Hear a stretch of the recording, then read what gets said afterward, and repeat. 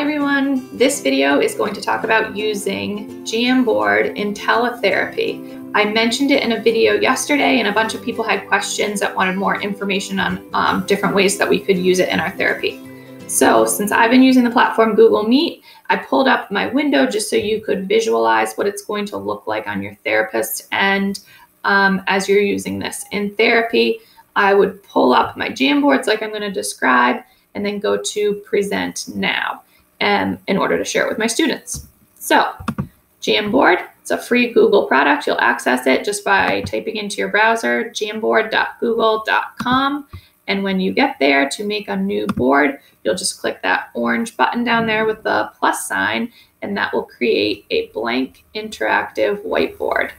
In the top left, you can rename it. I was thinking I'm going to start just giving each of my students a Jamboard so that I can organize their materials for therapy.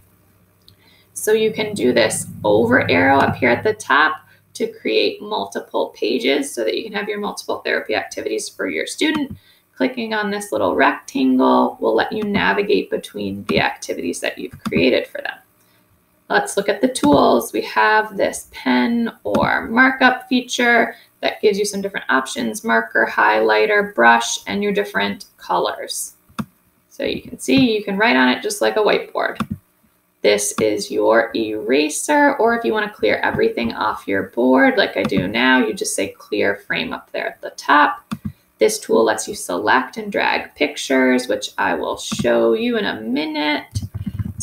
Sticky note feature, so if you want to type something to a student, or I saw somebody gave me the suggestion of putting students' names or their pictures on the side of the board if you're doing a group session, so you can drag up whose turn it is.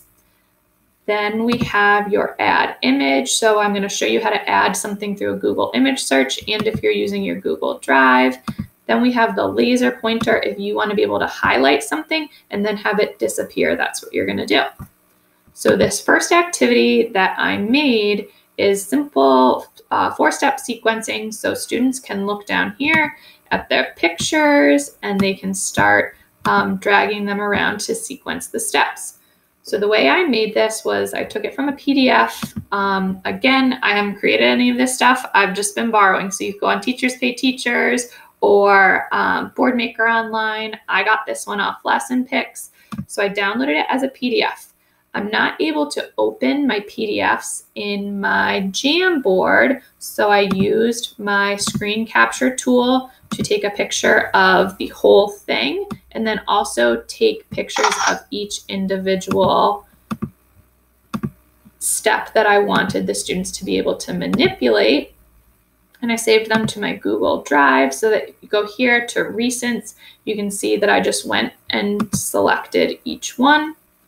Now, the nice thing about this being a Google product, which I know I've mentioned, is that you can use this share feature to give control to your student. So if they're on a computer, just put in their Gmail and they'll be able to pull this up. You'll probably have to direct them through making these 2 tabs so that they can continue to see you and see their board.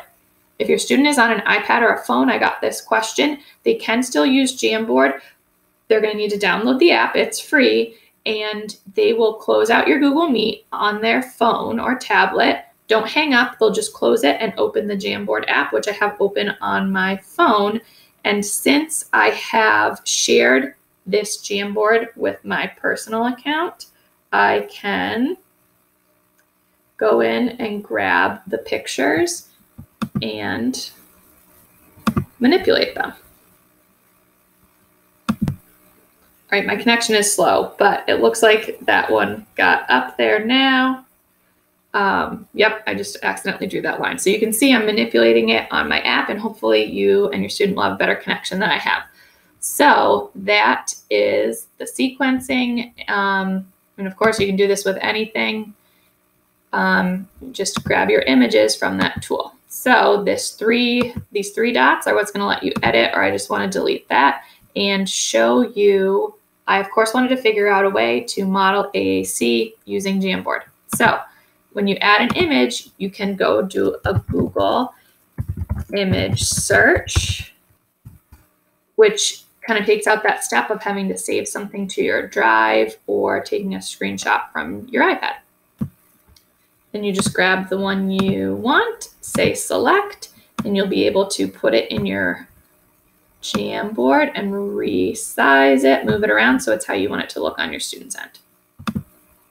So my thought is that I would use this pen or marker tool to highlight what my target words were going to be for my session. Say we're going to do stop and go.